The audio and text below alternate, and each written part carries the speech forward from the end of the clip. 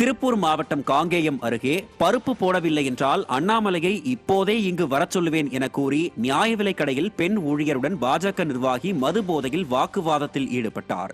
வெள்ளக்கோவில் அடுத்துள்ள புதுப்பை நியாய விலைக் கடையில் பருப்பு ஸ்டாக் இல்லை என ஊழியர் வினோதினி கூறியதால் ஆத்திரமடைந்த பாஜக நிர்வாகி ராம்ஜி தனது செல்போனை எடுத்து வீடியோ எடுத்தவாறு அலப்பறையில் ஈடுபட்டுள்ளார். ராம்ஜி மது போதையில் இருந்ததால் அவரிடம் விளக்க முடியாமல் ஊழியர் வினோதினி கடைக்குள் சென்றதால் ஆத்திரமடைந்த ராம்ஜி கதவை வெளியில் தாழ் போட்டுள்ளார்.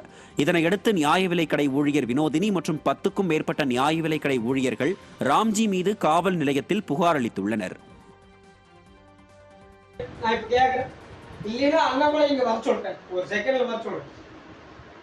என்ன நீங்க எத்தனை நாளைக்கு? ஒரு மாசம் 2 மாசம்னா பரவாயில்ல, மாசம் இதே உழைப்பா இல்ல கேட்க? மாசம் இதே உழைப்பா? ஒரு மாசம் பருப்பு இல்ல, ஒரு மாசம் கோதுமை இல்ல, ஒரு மாசம் பருப்பு எண்ணெய் இல்ல, இதே உழைப்பா? திருடி தின்னுட்டு இருக்கீங்க. ஈரோடு மாவட்டம் கோபிச்செட்டிப்பாளையம் சீதாலட்சுமிபுரம் அருகில் உள்ள பண்டாரன்காடு விவசாய பகுதியில் சாலையின் இருபுறமும் மருத்துவ கழிவுகள் மற்றும் குப்பைகள் கொட்டப்பட்டுள்ளதால் விவசாயிகள் பாதிக்கப்பட்டுள்ளனர். இது தொடர்பாக ஊராட்சி மன்ற அலுவலகத்தில் பலமுறை முறையிட்டும் விடியா திமுகவின் ஊராட்சி மன்ற தலைவர் கண்டுகொள்ளவில்லை என விவசாயிகள் குற்றம் சாட்டுகின்றனர். மேலும் கால்நடைகள் இங்கு கொட்டப்பட்டுள்ள கழிவுகளை சாப்பிடுவதால் உயிரிழக்கும் அபாயம் ஏற்பட்டுள்ளதாக மக்கள் வேதனை தெரிவிக்கின்றனர். இனியும் அலட்சியம் காட்டாமல் விரைந்து நடவடிக்கை எடுக்க திறனற்ற திமுக அரசுக்கு மக்கள் கோரிக்கை விடுத்துள்ளனர்.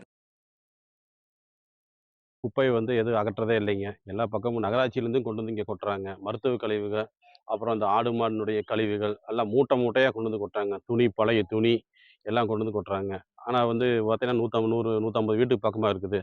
அதனால் பயங்கரமாக துர்நாற்றம் அடித்து எங்களால் இருக்க முடியல. இதுக்கு நாங்கள் பஞ்சாயத்துலேயே சொன்னோம். பஞ்சாயத்து தலைவர் எந்த நடவடிக்கையும் எடுக்கல. மற்ற அதிகாரிகிட்ட சொன்னாலும் நடவடிக்கை எடுக்க மாட்டேங்கிறாங்க.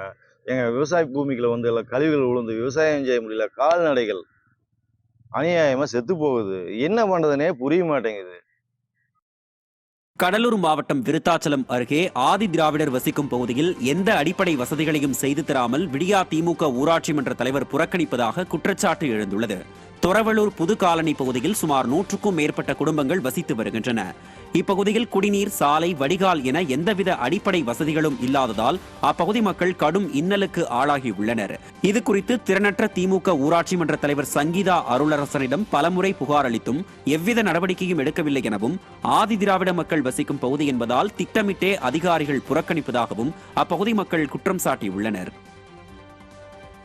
வடிகால் வசதி, குடிநீர் வசதி பண்ணி கொடுக்கணும். இந்த மக்கள் ரொம்ப நோய்வாய்ப்படுறாங்க.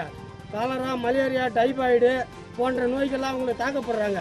கொசு நிறையா இருக்குது. விவசாய கிராமங்கிறதுனால கொசு நிறையா இருக்குது. மழை நீர் வந்ததுன்னா குளம் போல் தேங்கி நிற்கிது.